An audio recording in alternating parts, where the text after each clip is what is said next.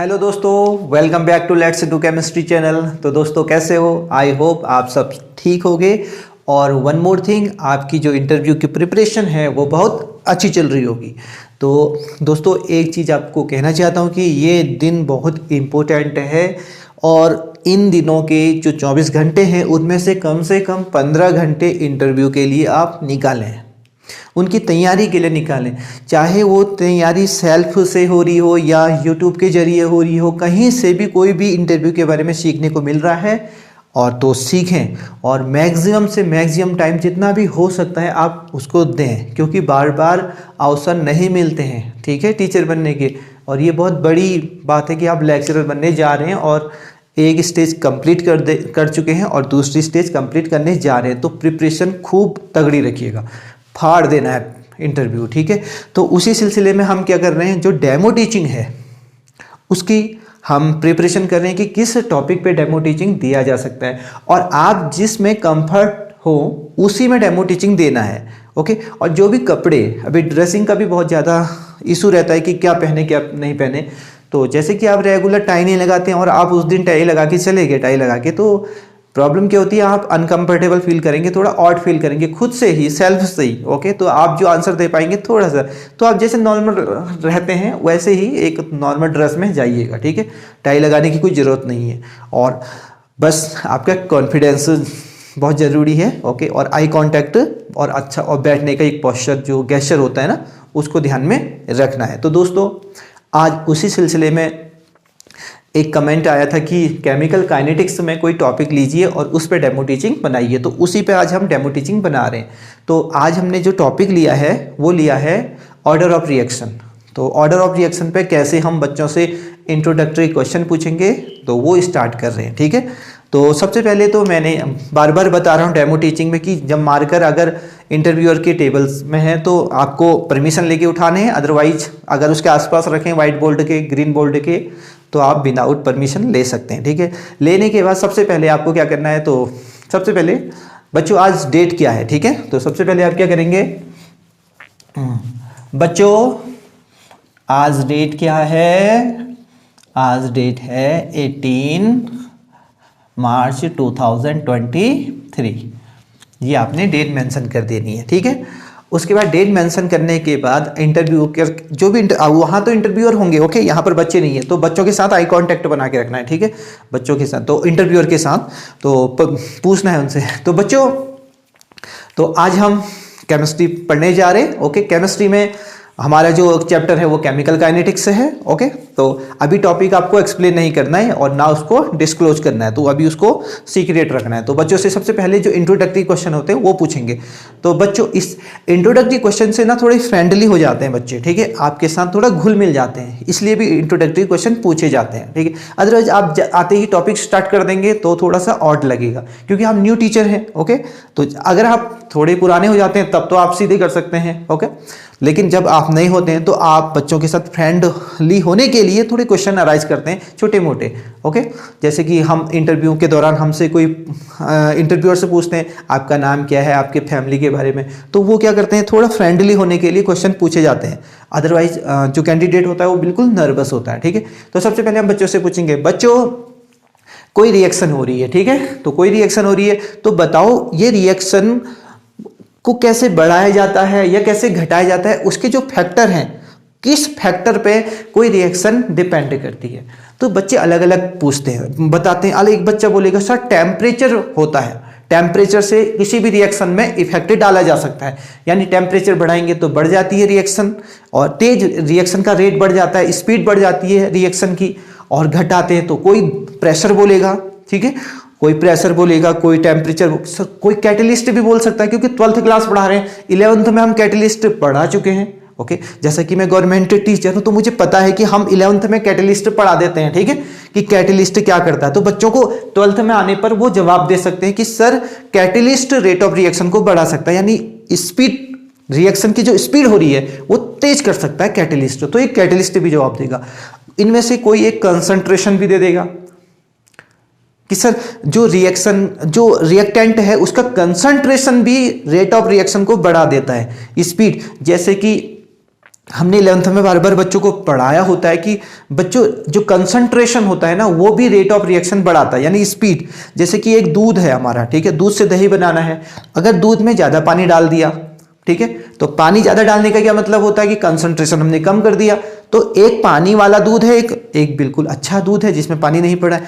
कौन दही में जल्दी कन्वर्ट होगा? ऑब्वियसली जिसमें पानी कम है, ठीक है, जिसमें पानी ज़्यादा है। तो बच्चों को यहाँ हमने पढ़ाया होता है 11th में, तो वो जानते हैं, ठीक है, 11th में बच्चे जानते हैं कि कंसंट्रेशन से रेट ऑफ रिएक्शन में इफेक्ट आता है, ठीक है, एक फैक्टर वो भी होता है। तो बच्चे एक कोई बोलेगा concentration, sir concentration of reactant भी डिपेंड करता है रेट ऑफ रिएक्शन के लिए, ठीक है, तो आपने उसको ही पकड़ना है, ठीक है, जो कंसंट्रेशन बोला। बहुत सारे बोलेंगे बच्चे अलग अलग, लेकिन आपको तो उस डायरेक्शन में जाना है जहां आपका टॉपिक जा रहा हो, ठीक है। तो आपने उस बच्चे को पकड़ लिया, हाँ बच्चों ने, ये बच्चों ने सही कहा, आपने सबने सब सही कहा, तो आपने ये बोल देना है। उसके बाद आपको क्या करना है, फिर बोलना है कि बच्चों चलो कंसंट्रेशन, प्रेशर, टेम्परेचर, कैटेलिस्ट, ये हमारी रिएक्शन के रेट को इंक्रीज या डिक्रीज कर सकते हैं, इतना हमको पता चल गया, ठीक है। अब हमें बताओ कि जो कंसंट्रेशन है, अगर कंसंट्रेशन हम कितना कम करें कि रेट यानी स्पीड पे क्या इफेक्ट पड़ेगा। जैसे हमने कंसंट्रेशन डबल कर दिया, तो बताओ कि उसकी जो स्पीड होगी, उसकी जो रेट होगा, रेट ऑफ रिएक्शन, वो क्या होगा। तो ठीक, बच्चों को यहां पर समझ नहीं आता, ठीक है, यहां पर 12th के बच्चे बिल्कुल साइलेंट हो जाएंगे, क्योंकि 11th में हम ये चीजें नहीं पढ़ाते हैं 11th में, ठीक है। तो अब बच्चों एकदम साइलेंट, अब आपका टॉपिक शुरू होगा। तो बच्चों आज का जो टॉपिक है वो ये है कि हम किसी कंसंट्रेशन में कितना चेंज करें कि उसकी स्पीड या रेट ऑफ रिएक्शन में कितना फर्क आएगा, और उसको बोलते हैं बच्चों ऑर्डर ऑफ रिएक्शन। तो आज का जो टॉपिक है हमारा ऑर्डर ऑफ रिएक्शन है, ठीक है। तो सबसे पहले हम हेडिंग डालेंगे, तो बच्चों नोटबुक भी निकाल दो, ओके। तो यहां पर हम देखो, आपको 45 का एंगल बनाना है, कीप इन माइंड, ओके। आप जो लिख रहे हैं ना वो इनको दिखना चाहिए। अब ऐसे नहीं कर सकते, ऐसे लिखेंगे तो उनको दिख नहीं पाएगा, ओवरऑल आपको उनको शो करना है, ठीक है। तो यहां पर हम डाल देते हैं टॉपिक। टॉपिक हो गया हमारा केमिकल काइनेटिक्स, केमिकल काइनेटिक्स, और सब टॉपिक है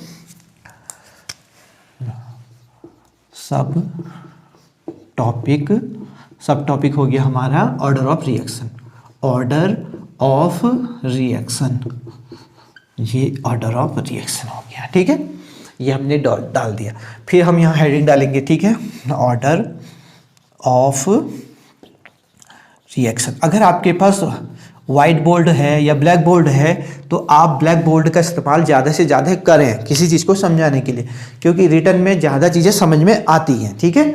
तो ऑर्डर ऑफ रिएक्शन, तो बच्चों ऑर्डर ऑफ रिएक्शन आज का जो टॉपिक है ऑर्डर ऑफ रिएक्शन है। अब हम ऑर्डर ऑफ रिएक्शन पढ़ते हैं। तो सबसे पहले देखो बच्चों, ये हमारा रिएक्टेंट और ये क्या हमारा प्रोडक्ट है, ये प्रोडक्ट है, ठीक है। तो बच्चों ये हम इसको शॉर्ट में आर और यहाँ क्या लिख सकते हैं, पी लिख सकते हैं। तो इसका जो रेट होता है, रेट ऑफ रिएक्शन। बच्चों एक और चीज़ बता दो, ये रेट का मतलब यहाँ पर स्पीड का मतलब है कि जो स्पीड है, स्पीड यानी जो रिएक्शन की स्पीड है, कितने तेजी से रिएक्शन हो रही है। कोई रिएक्शन स्लो होती है, कुछ फास्ट होती है, कुछ मीडिएट होती है, ठीक है। तो वो बता रहा है रेट ऑफ रिएक्शन, ठीक है। Rate of reaction is equal to, वो किसके प्रोपोर्शनल होता है, वो डायरेक्टली प्रोपोर्शनल होता है कंसंट्रेशन ऑफ रिएक्टेंट। ये जो स्क्वायर ब्रैकेट है ना, ये बता रहा है कंसंट्रेशन, ठीक है। स्क्वायर ब्रैकेट क्या बताता है, ये बताता है कंसंट्रेशन, क्या बताता है, कंसंट्रेशन, ठीक है। केमिकल काइनेटिक्स में ही कंसंट्रेशन बताएगा। और इसके अंदर जो आर है, तो आर के मतलब क्या हो गया, यहां पर है कंसंट्रेशन ऑफ रिएक्टेंट, ये क्या है, कंसंट्रेशन ऑफ रिएक्टेंट, ठीक है। तो जो रेट ऑफ रिएक्शन है वो किस पे डिपेंड करता है, कंसंट्रेशन ऑफ रिएक्टेंट पे डिपेंड करता है, ठीक है। तो बच्चों और हम इसको क्या करेंगे, अब देखो, हाँ, rate of reaction is equal to, ये प्रोपोर्शनल के साइन को हटाएंगे तो यहां पर क्या हो जाता है, एक रेट कांस्टेंट लग जाता है, रेट कांस्टेंट, ये रेट कांस्टेंट होता है ये, ठीक है। अब ध्यान से सुनना हाँ बच्चों, ये जो कंसंट्रेशन होता है ना, ये कंसंट्रेशन होता है, ये कंसंट्रेशन की पावर इस वक्त 1 है, तो ये जो कंसंट्रेशन होता है इसकी जो पावर होती है उसी को ऑर्डर ऑफ रिएक्शन कहते हैं, उसी को ऑर्डर ऑफ रिएक्शन कहते हैं। तो यहां पर देखना हाँ, the power of concentration of reactant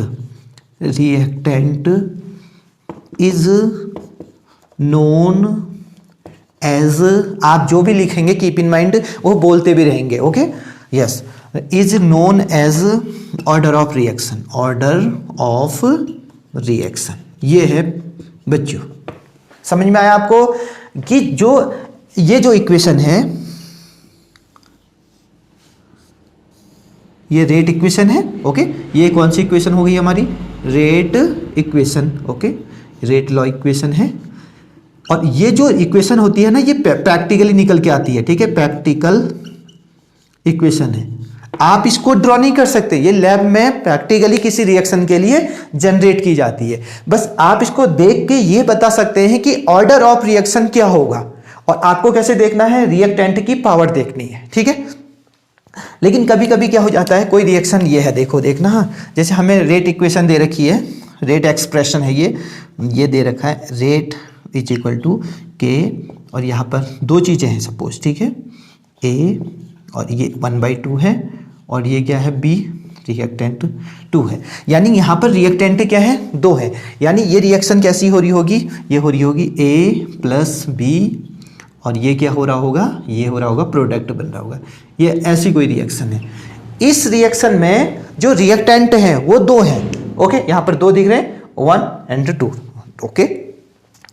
Then here if you want to find the order of reaction you have to sum the power of the reactant।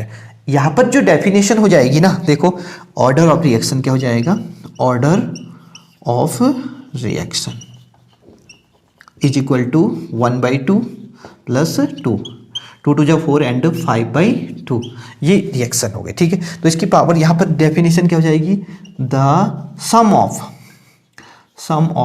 Power, क्योंकि सम क्यों, क्योंकि 2 रिएक्टेंट हैं, ठीक है, यहाँ पर रिएक्टेंट एक ही था तो कोई सम करने की जरूरत नहीं थी, यहाँ पर अगर रिएक्टेंट एक और होगा तो उसकी जो पावर होगी उसको भी हम क्या करेंगे, एड ऑन करेंगे, okay. The sum of power of both reactants is known as order of reaction ई। तो ये था मेरे प्यारे बच्चों कि आप कैसे निकालेंगे ऑर्डर ऑफ रिएक्शन, तो ये है। तो अब हम एक और चीज आपको बताएंगे,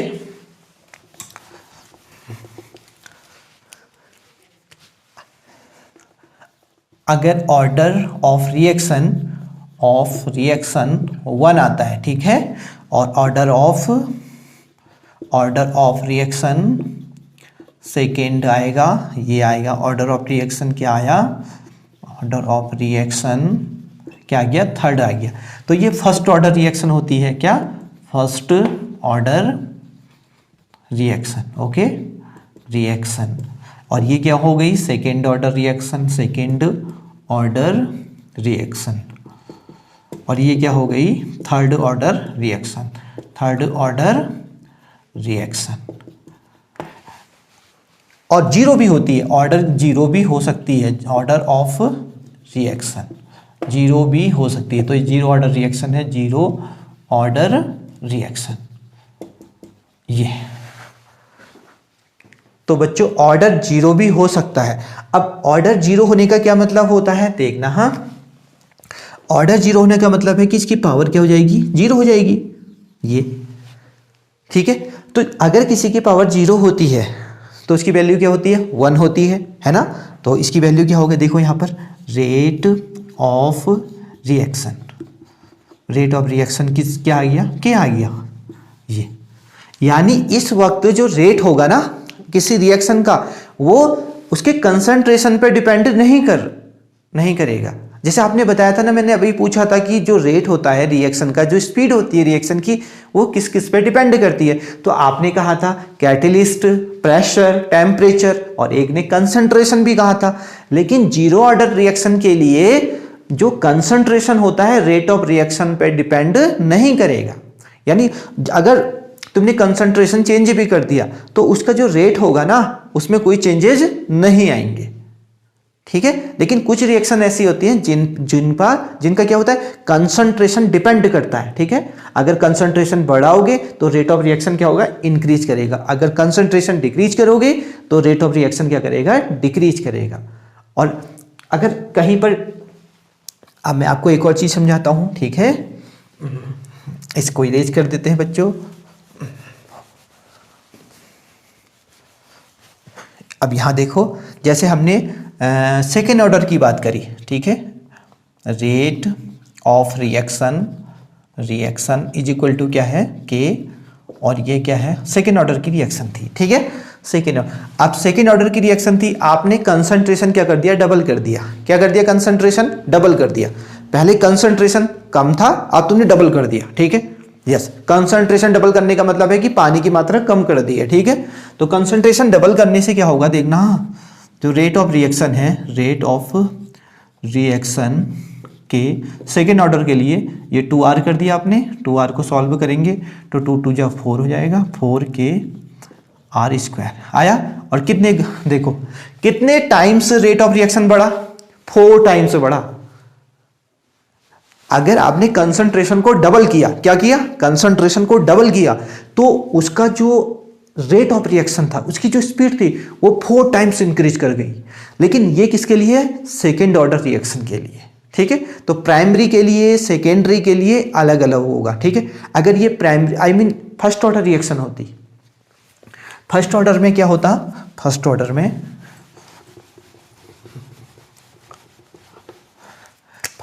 में रेट ऑफ रिएक्शन, ये हमने किया, रिएक्शन इक्वल टू के, और ये R यहाँ पर 1 है, और हमने कंसंट्रेशन क्या कर दिया, डबल कर दिया, ठीक है।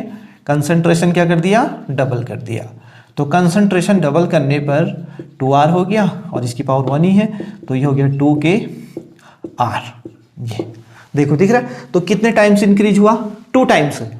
अगर कोई रिएक्शन फर्स्ट ऑर्डर की होती है तो उसमें अगर कंसंट्रेशन हम डबल करते हैं तो उसका जो रेट ऑफ रिएक्शन है, जो उसकी स्पीड है, वो 2 टाइम्स से इंक्रीज कर जाती है।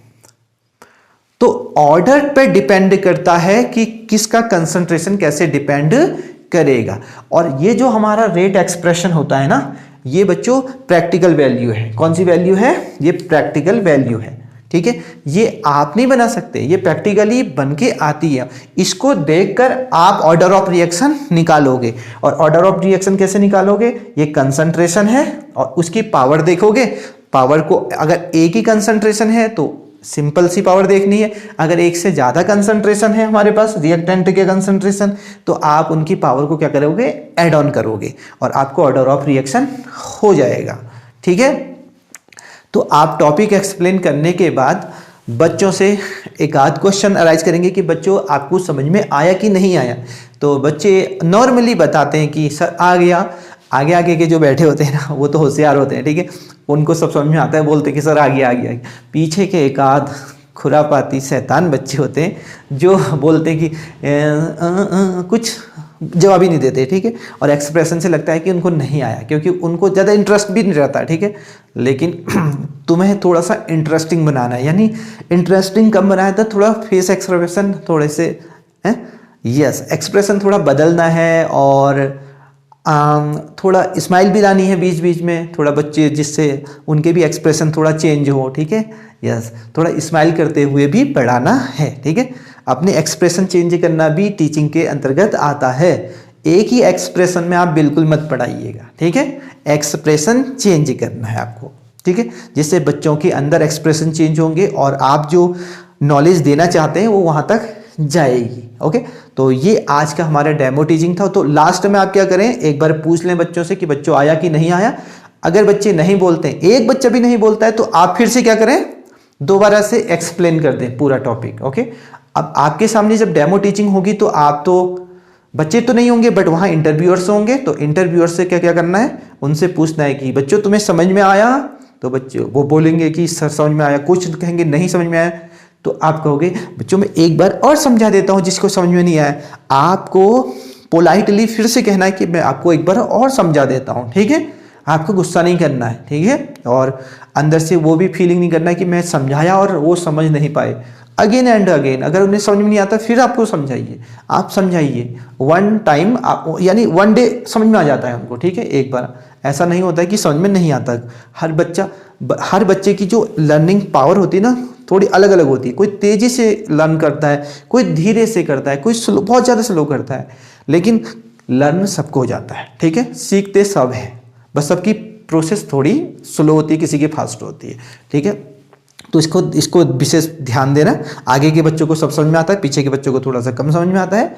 ओके, तो आज का जिसने कमेंट किया था कि केमिकल काइनेटिक्स के एक टॉपिक पे वीडियो लेके आइए डेमो टीचिंग की, तो हमने आज डेमो टीचिंग बनाया ऑर्डर ऑफ रिएक्शन पे। तो अगर आपको कोई और टॉपिक पे भी वीडियो चाहिए डेमो टीचिंग की तो प्लीज़ कमेंट करके जाइएगा, और ये जो काला बटन दिख रहा है ना, प्लीज़ काले बटन को दबा के अगर आप नए हैं चैनल पे, अगर पुराने हैं तो फिर तो आपने दबाया होगा, ओके यस, और उससे नीचे शेयर का ऑप्शन है ना, तो जो डेमो टीचिंग की तैयारी कर रहा है प्लीज़ शेयर कर दीजिए अपने 5 फ्रेंड में मिनिमम, ओके, जो ग्रुप होगा केबीएस का उसमें शेयर कर दीजिए, तो शेयर वाला ऑप्शन दिख रहा है प्लीज़, और इससे भी नीचे कमेंट करना बिल्कुल मत भूलिएगा, ओके, कमेंट क्या करना है सर इस टॉपिक पे बनाइए डेमो टीचिंग। और एक और बात बोल देता हूं कि आजकल के जो दिन हैं बहुत इंपॉर्टेंट हैं, कम से कम 15 घंटे, ठीक है, 15-16 घंटे इंटरव्यू के लिए निकालें, ठीक है, और काम को आजकल क्या करें, इग्नोर करें,